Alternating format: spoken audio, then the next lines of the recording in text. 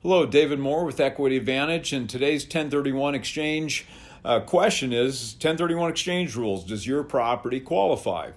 And it's sort of interesting to me because we were just talking about retirement accounts and what you can and can't buy real estate that qualifies or does not qualify for a retirement account for you to use your self-directed retirement account to buy. And really, when we're talking about qualified money, IRAs, 401k plans, it's really not much different than what you're talking about with 1031. We've got a couple of changes there, but the bottom line is with a retirement account, whatever you're buying has got to be an investment property. There can't be any personal benefit. When we're looking at 1031, we're talking about, once again, property that's got to be acquired with the intent to hold for investment and property that was relinquished after being held for investment.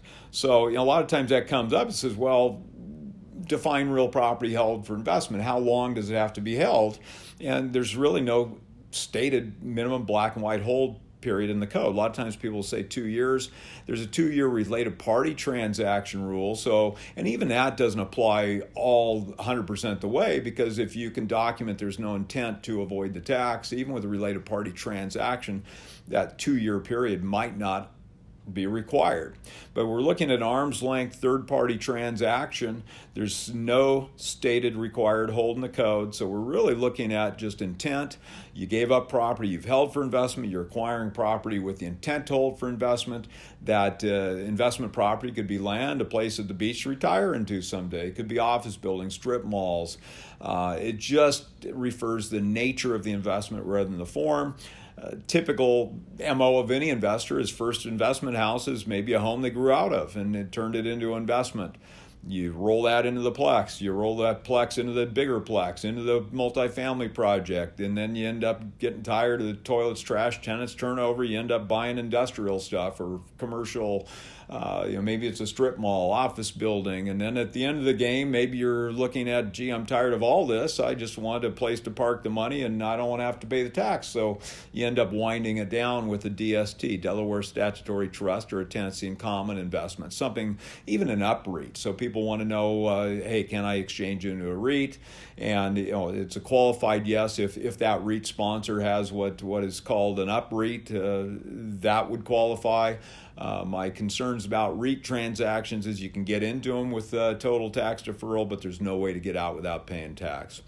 So, does your property qualify for an exchange? Well, even a home could qualify. You sort of have to look at what a property is at the time you decide you want to sell it and what you really want it to be. And keep in mind, a primary residence falls under Section 121, the universal exclusion, and it gives you $250,000 exclusion individually or $500,000 on the sale of a primary residence, a property that's been lived in for 2 out of the preceding 5 years.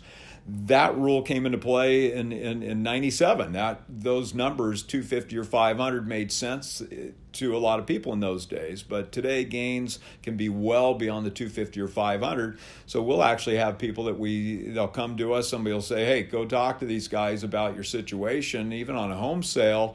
Say, well, hey, my gains are in excess of the 250 or 500. I don't want to pay the tax. We tell you, move out of the property, season it as an investment. And then after a period of time that's agreeable to you and your tax people, you then relinquish the property using 1031.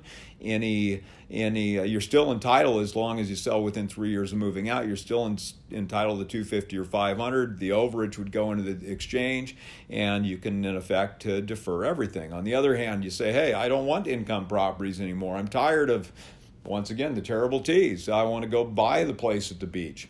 Could you do that? Could you move into it? And the answer, once again, is yes. And it's just solely a question of how long you need to hold it prior to moving into it. And once again, there's no hard number there. It's up to you and your tax people. So anytime we're looking at these gray areas, your tax counsel is a critical part of this whole thing. And my experience after doing this for almost 30 years is that most time tax and legal people like to know these transactions pre-April 15th. Use the resources you've got. Take advantage of your tax people. They would really appreciate it. It's going to help you out. So start talking about these things when you're doing year-end planning. Look at any gains and losses you might have.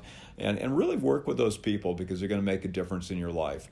But as far as property that can qualify for 1031, virtually anything can, and it's just a question of whether you want to make it fit or not, and then we're really just talking about seasoning periods typically to justify that transaction. I hope this has helped. Once again, David Moore with Equity Advantage, and I encourage you to call for any clarification you might want on this topic. Equity Advantage, 1031exchange.com.